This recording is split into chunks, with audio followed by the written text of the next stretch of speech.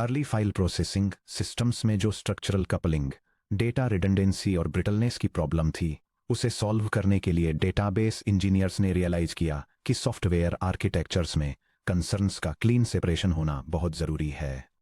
Applications को अब disc पर लो लेवल बाइट ऑफसेट्स पर सीधे रीड और राइट करने की परमिशन नहीं दी जा सकती थी, और न ही हर ऑपरेशनल डिपार्टमेंट को रॉ अनऑर्गेनाइज्ड फाइल स्ट्रक्चर्स के साथ डील करने के लिए मजबूर किया जाना चाहिए था। 1975 में अमेरिकन नेशनल स्टैंडर्ड्स इंस्टीट्यूट की standards planning and requirements committee NSIX-3 spark ने एक फाउंडेशनल फ्रेमवर्क प्रपोज किया जिसने मॉडर्न डेटाबेस सिस्टम डिज़ाइन को डिफाइन किया। The NSI spark 3 schema architecture. यह आर्किटेक्चर एक डेटाबेस सिस्टम को एब्स्ट्रैक्शन के 3 डिस्टिंक्ट लेवल्स में डिवाइड करता है, जिससे यूजर प्रोग्राम्स पूरी तरह से इस फिजिकल रियलिटी से इंसुलेट हो जाते हैं कि डेटा अंडरलाइंग स्टोरेज हार्डवेयर पर कैसे स्टोर होता है। सेक्शन ब्रेक 3 यूजर्स की एक कहानी, the online banking analogy. 3 schema architecture का एक इंट्यूटिव मेंटल मॉडल बिल्ड करने के लिए एक मेजर कमर्शियल बैंक के सेंट्रलाइज्ड डेटाबेस सिस्टम को कंसीडर कीजिए। 3 बिल्कुल अलग इंडिविजुअल्स एग्जैक्ट उसी मोमेंट पर इस डेटाबेस के साथ इंटरेक्ट करते हैं, फिर भी हर पर्सन डेटा को एक बिल्कुल डिफरेंट लेंस के थ्रू देखता है। यह डायग्राम एक एंटरप्राइज बैंकिंग डेटाबेस के 3 अलग ऑपरेशनल पर्सपेक्टिव्स को दिखाता है, जिसमें मोबाइल एप्लीकेशन यूज करने वाले रिटेल कस्टमर के सिंप्लीफाइड व्यू, एक फाइनेंशियल एनालिस्ट के एग्रीगेटेड रिस्क मैट्रिक्स और डेटाबेस एडमिनिस्ट्रेटर द्वारा मैनेज की जाने वाली लो लेवल फिजिकल स्टोरेज और इंडेक्सिंग डिटेल्स के बीच अंतर दिखाया गया है। Perspective 1 Alice the mobile app customer the external view. Alice grocery store की लाइन में खड़े होकर अपना चेकिंग अकाउंट बैलेंस चेक करने के लिए अपना स्मार्टफोन बैंकिंग ऐप खोलती है। जब वह लॉगिन करती है तो उसकी स्क्रीन पर एक क्लीन मिनिमलिस्ट कार्ड डिस्प्ले होता है, चेकिंग अकाउंट $1,200। एलिस को बाकी बैंक कस्टमर्स के home address, social security numbers या इंटरनल क्रेडिट रिस्क रेटिंग्स नहीं दिखाई देते। असल में वो सभी अकाउंट्स पर इंटरेस्ट यील्ड्स कैलकुलेट करने के लिए यूज होने वाले कॉम्प्लेक्स मैथमेटिकल फॉर्मूले भी नहीं देख सकती, और न ही 10 ईयर्स पहले के अपने हिस्टोरिक ट्रांजैक्शंस देख सकती है, जब तक कि वो स्पेशली उनकी रिक्वेस्ट न करे। एलिस को डेटाबेस का एक कस्टमाइज्ड, हाईली रिस्ट्रिक्टेड और सिंप्लीफाइड व्यू दिखाया जाता है, जो सिर्फ उसकी इमीडिएट पर्सनल नीड्स और सिक्योरिटी रोल के हिसाब से तैयार किया गया है। Perspective 2 Bob the fraud prevention analyst the conceptual view. Bank के कॉर्पोरेट हेडक्वार्टर्स में Bob unauthorized credit card activity को डिटेक्ट करने के लिए कॉम्प्लेक्स एल्गोरिदम रन करता है। बॉब का वर्कस्पेस एलिस के मोबाइल ऐप जैसा बिल्कुल नहीं दिखता। वो पूरे बैंकिंग इंफ्रास्ट्रक्चर का एक कॉम्प्रिहेंसिव लॉजिकल लेआउट देखता है, टेबल्स जो कस्टमर्स, अकाउंट्स, ट्रांजैक्शंस, मर्चेंट्स और क्रेडिट रिस्क स्कोर्स को रिप्रेजेंट करते हैं। Bob enterprise wide logical design के साथ काम करता है। वो देखता है कि एक इंडिविजुअल कस्टमर एंटिटी कैसे मल्टीपल डिपॉजिट अकाउंट से लिंक होती है, अकाउंट्स कैसे ट्रांजैक्शन हिस्ट्री से जुड़ते हैं, और रेगुलेटरी कंप्लायंस रूल्स देश भर की सभी ब्रांचेज में बैलेंस कंस्ट्रेंट्स को कैसे एनफोर्स करते हैं। बॉब को इससे फर्क नहीं पड़ता कि कौन से physical hard drive sectors in records को होल्ड करते हैं, वो पूरी तरह से सिस्टम के लॉजिकल स्ट्रक्चर के अंदर काम करता है। Perspective 3 Carol the lead database administrator the internal view. Server room में नीचे कैरोल डेटाबेस इंजन की लो लेवल परफॉर्मेंस और स्टोरेज अलोकेशन को मैनेज करती है। कैरोल अपना पूरा दिन एलिस का पर्सनल बैलेंस चेक करने या बॉब की फ्रॉड रिस्क रिपोर्ट्स को मॉनिटर करने में नहीं बिताती। इसके बजाय वो disk block sizes, right ahead transaction logs, B3 index depths, high speed NVMe solid state drives, SSD पर टेबल स्पेस अलोकेशन और buffer pool memory hit ratio को मॉनिटर करती है। अगर एलिस का बैलेंस चेक 10 मिलीसेकंड से ज़्यादा टाइम लेता है तो कैरोल डेटाबेस इंजन को ट्रांजैक्शन टेबल को री इंडेक्स करने या फिजिकल फाइल्स को मल्टीपल डिस्क एरेज में पार्टीशन करने का इंस्ट्रक्शन दे सकती है। Carol exclusively physical storage level पर काम करती है। सेक्शन ब्रेक 3 स्कीमा लेयर्स को डिकंस्ट्रक्ट करना। ANSI स्पार्क आर्किटेक्चर इन 3 अलग पर्सपेक्टिव्स को फॉर्मल डेटाबेस स्कीमाज में ट्रांसलेट करता है। डेटाबेस टर्मिनोलॉजी में एक स्कीमा प्रोनाउंस्ड स्कीमा वह स्ट्रक्चरल ब्लूप्रिंट या फ्रेमवर्क है जो ये डिफाइन करता है कि एक सिस्टम के अंदर डेटा एलिमेंट्स कैसे ऑर्गेनाइज्ड, टाइप्ड और रिलेटेड हैं।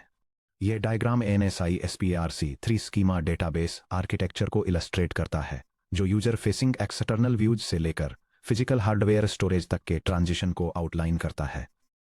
यह दिखाता है कि कैसे इंडिविजुअल यूजर एप्लीकेशंस एंटिटीज और रिलेशनशिप्स के एक सेंट्रल कॉन्सेप्चुअल एंटरप्राइज ब्लूप्रिंट से मैप होती हैं, जो फिर फिजिकल डिस्क मीडिया पर internal physical storage layouts, indexes और डेटा ब्लॉक्स से मैप होता है। External level view level. External level abstraction का सबसे हाईएस्ट लेवल है।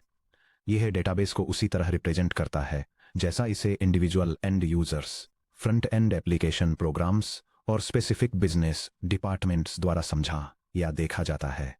हर यूजर को पूरा मैसिव डेटाबेस एक्सपोजर करने के बजाय एक्सटर्नल लेवल में मल्टीपल अलग एक्सटर्नल स्कीमाज होते हैं, जिन्हें अक्सर व्यूज या सब स्कीमाज कहा जाता है। हर एक्सटर्नल स्कीमा डेटा में एक टेलर्ड विंडो प्रोवाइड करता है। पर्पस और बेनिफिट्स। सिंप्लीफिकेशन। यह अननेसेसरी कॉम्प्लेक्सिटी को हाइड करता है। ट्रांजैक्शन प्रोसेस करने वाला एक कैशियर सिर्फ आइटम प्राइसेस और स्टॉक लेवल्स देखता है, न कि एग्जीक्यूटिव पेरोल रिकॉर्ड्स। सिक्योरिटी और प्राइवेसी। यह रोल बेस्ड सिक्योरिटी एनफोर्स करता है। एक्सटर्नल लेवल पर एक्सेस रेस्ट्रिक्ट करके यूजर्स उन फील्ड्स या रिकॉर्ड्स को क्वेरी नहीं कर सकते जिन्हें देखने के लिए वे ऑथराइज्ड नहीं हैं। कस्टमाइजेशन। अलग एप्लीकेशंस सेम अंडरलाइंग डेटा को अलग तरीके से फॉर्मेट कर सकती हैं। फॉर इंस्टेंस, एक मोबाइल एप्लीकेशन AMMDD के रूप में फॉर्मेटेड डेट्स रिट्रीव कर सकती है, जबकि एक रिपोर्टिंग यूटिलिटी उसी डेट एट्रीब्यूट को इपोक टाइमस्टैम्प के रूप में रीड करती है। Conceptual level, logical level. External views और फिजिकल स्टोरेज के ठीक बीच में स्थित पोजीशन कंसेप्चुअल लेवल है, जिसे लॉजिकल लेवल भी कहा जाता है। कंसेप्चुअल स्कीमा एंटरप्राइज के लिए पूरे डेटाबेस का यूनिफाइड ग्लोबल ब्लूप्रिंट डिफाइन करता है। हर डेटाबेस सिस्टम में सिर्फ एक ही कंसेप्चुअल स्कीमा होता है। यह डिस्क्राइब करता है कि सिस्टम में क्या डेटा स्टोर है और उन डेटा पॉइंट्स के बीच क्या रिलेशनशिप्स एक्सिस्ट करती हैं, बिना ये डिस्क्राइब किए कि वे data points physically disk bytes पर कैसे रिकॉर्ड होते हैं। कंसेप्चुअल लेवल के की कंपोनेंट्स, एंटिटीज और attributes core business objects for example customer account, loan की डेफिनेशंस और उनकी associated properties for example customer name, account balance. Relationships entities को कनेक्ट करने वाले स्ट्रक्चरल एसोसिएशंस फॉर एग्जांपल एक कस्टमर एक या एक से ज्यादा अकाउंट्स ओन करता है। इंटीग्रिटी कंस्ट्रेंट्स ऐसे रूल्स हैं जो डेटा क्वालिटी को सेफगार्ड करते हैं। फॉर एग्जांपल अकाउंट बैलेंस $0 से नीचे नहीं गिर सकता। सोशल सिक्योरिटी नंबर सभी रिकॉर्ड्स में यूनिक होना चाहिए। Data types, abstract data definitions for example string, integer, date जो हार्डवेयर स्पेसिफिक बाइनरी लेआउट्स से इंडिपेंडेंट हैं। कॉन्सेप्चुअल लेवल डेटाबेस डिजाइन के सच्चे दिल को रिप्रेजेंट करता है। ये एक ग्रैंड मीडिएटर की तरह एक्ट करता है जो हाई लेवल बिजनेस सॉफ्टवेयर को अंडरलाइंग फिजिकल स्टोरेज मैकेनिक्स से इंसुलेट करता है। 3. द इंटरनल लेवल यानी physical level. Internal level DBMS abstraction stack के अंदर सबसे लोएस्ट स्कीमा लेयर है। इंटरनल स्कीमा डिफाइन करता है कि कॉन्सेप्चुअल स्कीमा में डिस्क्राइब किया गया डेटा वास्तव में फिजिकल सेकेंडरी मीडिया जैसे हार्ड डिस्क या सॉलिड स्टेट स्टोरेज एरेज पर कैसे स्टोर होता है। यह एब्स्ट्रैक्ट डेटाबेस डिजाइन को ऑपरेटिंग सिस्टम फाइल्स और फिजिकल स्टोरेज हार्डवेयर के साथ ब्रिज करता है। इंटरनल लेवल के की कंपोनेंट्स, रिकॉर्ड लेआउट्स और ब्लॉक साइजेस, बाइट लेवल रो लेआउट्स, फील्ड ऑफसेट्स और डेटा रिकॉर्ड्स को फिक्स साइज स्टोरेज पेजेस में कैसे ग्रुप किया जाता है, यह स्पेसिफाई करना। उदाहरण के लिए 8 KB या 16 KB disk blocks. Access paths और इंडेक्सिंग। सेकेंडरी डेटा स्ट्रक्चर्स को डिफाइन करना, जैसे कि B+ ट्रीज, हैश इंडेक्सेस या LSM ट्रीज जो फास्ट डेटा रिट्रीवल अलाउ करते हैं। डेटा कंप्रेशन और एन्क्रिप्शन।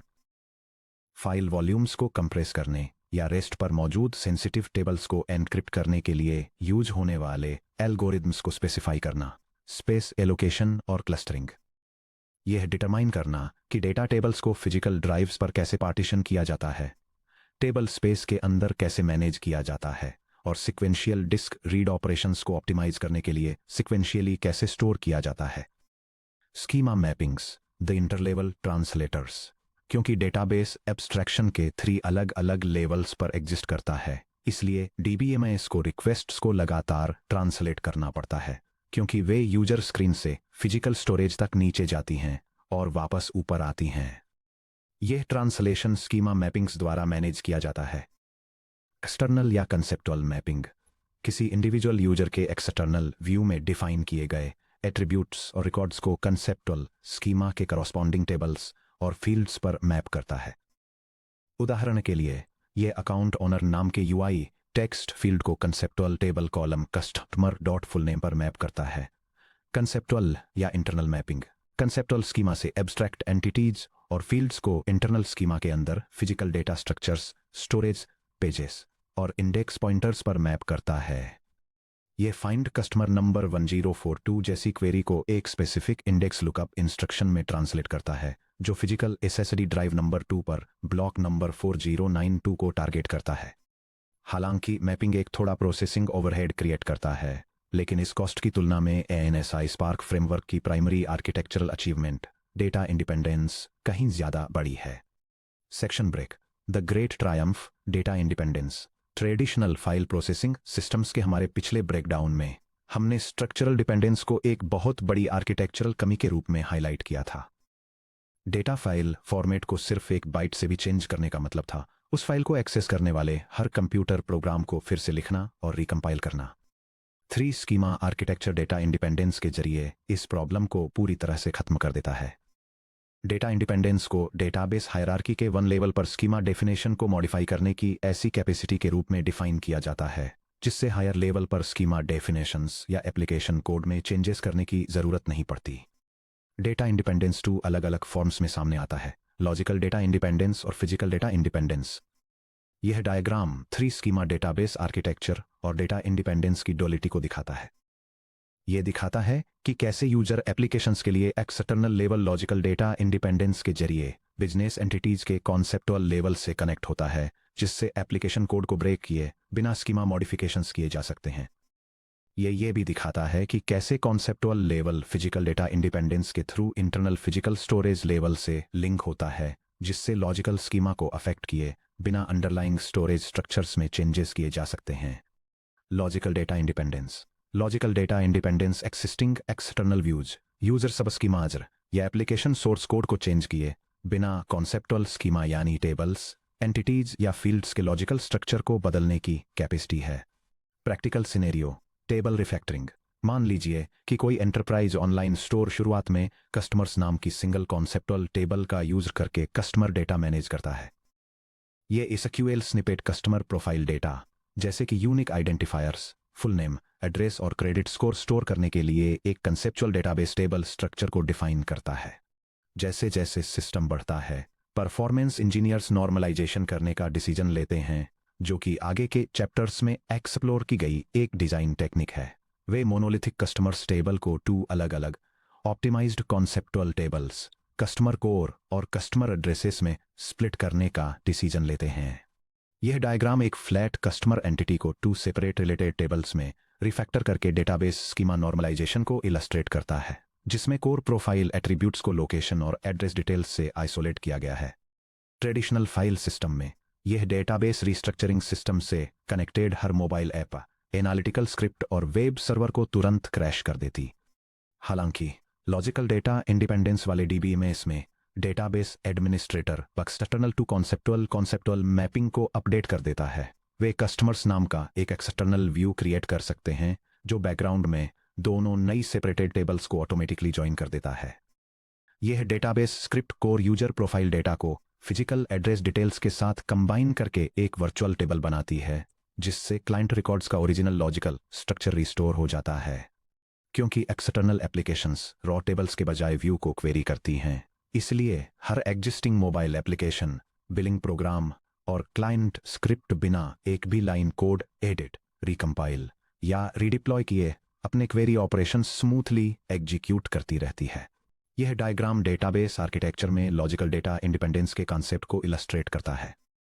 यह दिखाता है कि कैसे एक क्लाइंट क्वेरी एक्सटर्नल व्यू को टारगेट करती है, जबकि एक ट्रांसपेरेंट मैपिंग लेयर उस रिक्वेस्ट को अलग अलग अंडरलाइंग टेबल्स के अक्रॉस एक जॉइन में ट्रांसलेट कर देती है, जिससे एप्लीकेशन कोड में बिना कोई बदलाव किए लॉजिकल डेटाबेस एंटिटीज को स्प्लिट किया जा सकता है।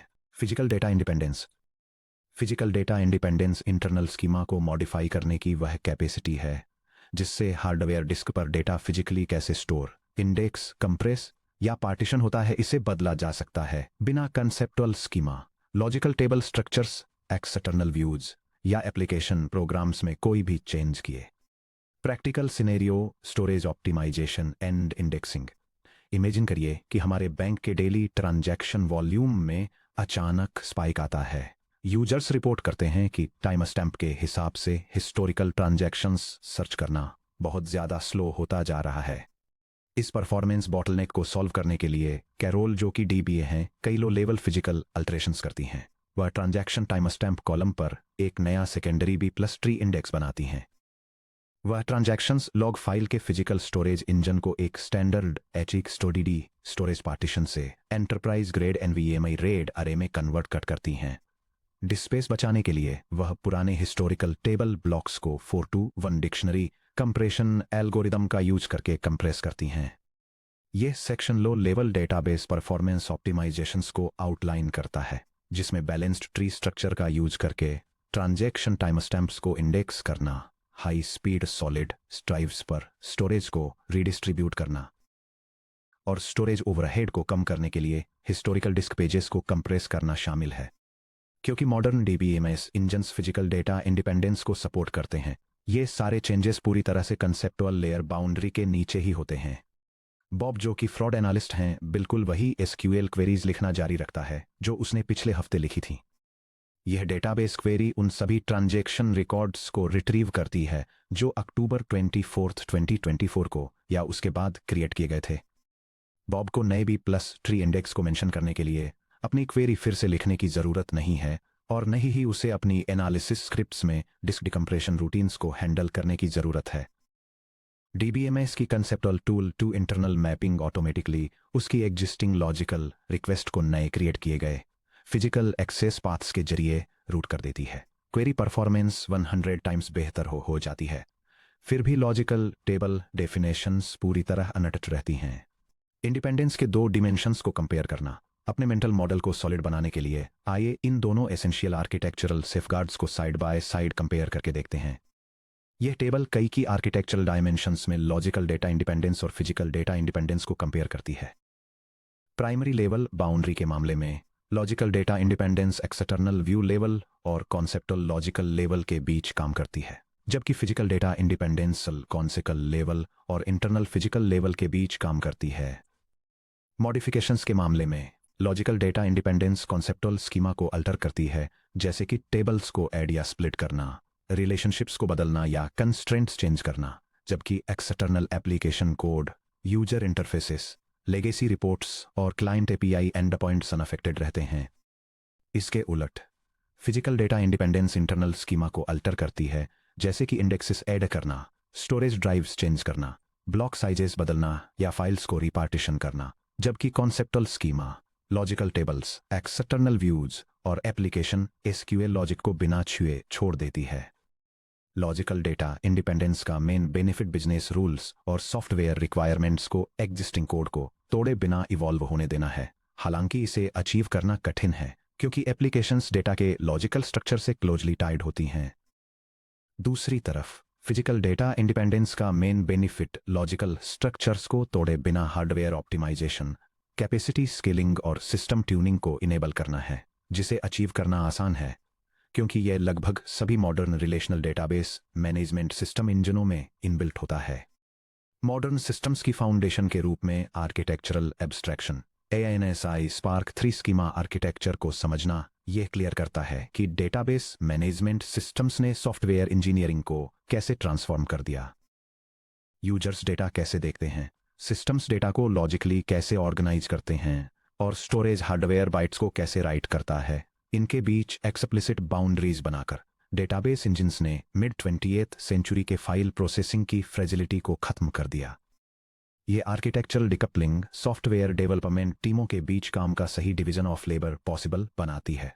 फ्रंट एंड डेवलपर्स और UI engineers clean external views के हिसाब से सॉफ्टवेयर बनाते हैं और उन्हें पूरा भरोसा होता है कि UI updates corporate core files को करप्ट नहीं करेंगे। सिस्टम्स आर्किटेक्ट्स और domain designers global conceptual schema को कंस्ट्रक्ट और रिफाइन करते हैं और disk array read write mechanics की चिंता किए बिना कॉम्प्लेक्स बिजनेस डोमेन कंस्ट्रेंट्स को मैप करते हैं। डेटाबेस एडमिनिस्ट्रेटर्स और infrastructure engineers client application code की एक भी लाइन तोड़े बिना पीक परफॉर्मेंस पक्की करने के लिए इंटरनल स्कीमा को लगातार ऑप्टिमाइज करते हैं, स्टोरेज हार्डवेयर को अपग्रेड करते हैं, पेज एलोकेशंस को एडजस्ट करते हैं और इंडेक्सेस को ट्वीक करते हैं। यह diagram database management system architecture में डिवीजन ऑफ लेबर को आउटलाइन करता है, जो एप्लीकेशन डेवलपर्स, डोमेन आर्किटेक्ट्स और डेटाबेस एडमिनिस्ट्रेटर्स जैसे टेक्निकल रोल्स को उनके करॉस्पॉन्डिंग एक्सटर्नल, कॉन्सेप्टुअल और इंटरनल स्कीमा लेवल्स से मैप करता है। इससे पहले कि कोई सॉफ्टवेयर इंजीनियर कंसेप्टुअल स्कीमा डिजाइन कर सके, एक्सटर्नल व्यूज बना सके या इंटरनल स्टोरेज इंडेक्सेस को ट्यून कर सके, उन्हें सबसे पहले एक फंडामेंटल सवाल का जवाब देना होगा कि रियल वर्ल्ड एंटिटीज, एट्रीब्यूट्स और रिलेशनशिप्स को कंप्यूटर सिस्टम के अंदर मैथमेटिकली कैसे रिप्रेजेंट किया जाना चाहिए। इसका जवाब देने के लिए कंप्यूटर साइंटिस्ट्स ने फॉर्मल एब्स्ट्रैक्ट फ्रेमवर्क्स डेवलप किए जिन्हें डेटा मॉडल्स के नाम से जाना जाता है। आने वाले section 1.4 data models, concept, categorization और इवोल्यूशन में हम एक्सप्लोर करेंगे कि यह स्ट्रक्चरल ब्लूप्रिंट्स शुरुआती हायरार्कल और नेटवर्क ग्राफ्स से लेकर मॉडर्न रिलेशनल, डॉक्यूमेंट और ग्राफ डेटा मॉडल्स तक कैसे इवॉल्व हुए।